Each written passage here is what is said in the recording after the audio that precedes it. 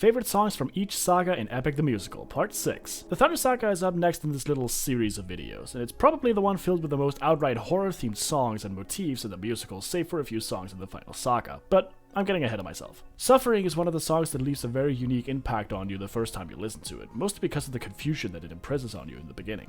The Siren, masking themselves as Penelope, are getting details about Odie and his life wrong due to his trick with the beeswax, and thus they start singing about his daughter and falls for his lie of being afraid of the water. These lines leave a strong impact due to the initial confusion they bring, before the hints finally go together and you suddenly realize what's going on.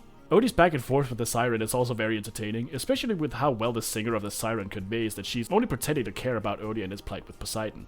Different Beast was probably the first time where I began to get really worried about Odie's shift into a monster. While I was certain that the Sirens were about to swim into quite the fate as they were captured by Odie and his crew, as someone who have yet to read the original Odyssey, I never saw the act of cutting off their tails coming. The imagery is striking, the delivery is intense and impactful, especially from Odie due to Jorge's acting, and the Sirens' pleading and screams of pain and agony are haunting to the soul. Only problem with that is just the beginning of the horrors of this saga. Scylla is probably my favorite antagonist in the musical that isn't one of the Olympian gods. Her singer absolutely knocks it out of the park. Powerful, raw vocals for a monstrous woman who has already far surpassed the point of hesitation to do what she must to survive in a world that cares little for its victims, which in turn leads her to making victims out of Odie and what remains of his crew. The screams of the men who fall to Scylla are bone-chilling and damn nearly takes your breath away, and them acting as the backdrop to Scylla's powerful vocals in turn makes her singing all the more powerful and intimidating. Mutiny is where tensions finally reach a fever pitch for Odie and Eurylochus interpersonally. And all the callbacks to previous songs in the musical stabs you in the heart just as hard and sharp as the sword in Odie's chest. Metaphorically speaking, of course. Yuri's stupidity finally gets the better of him and what little is left of the crew. And in their desperation to survive, they finally snap and start blatantly ignoring and disobeying Odie's commands, which ultimately seals their fate.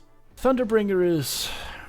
oh boy. I can't say what I truly want to say about Zeus without risking getting absolutely obliterated with the bonk hammer. The worst part is, due to his reputation, you know damn well that Zeus is problematic, but the raw sex appeal and the vocals is everything he needs to make you disregard that issue entirely. Zeus's voice and vocals are so strong, booming like the lightning he commands, and he's probably one of the strongest voice castings in the entire musical.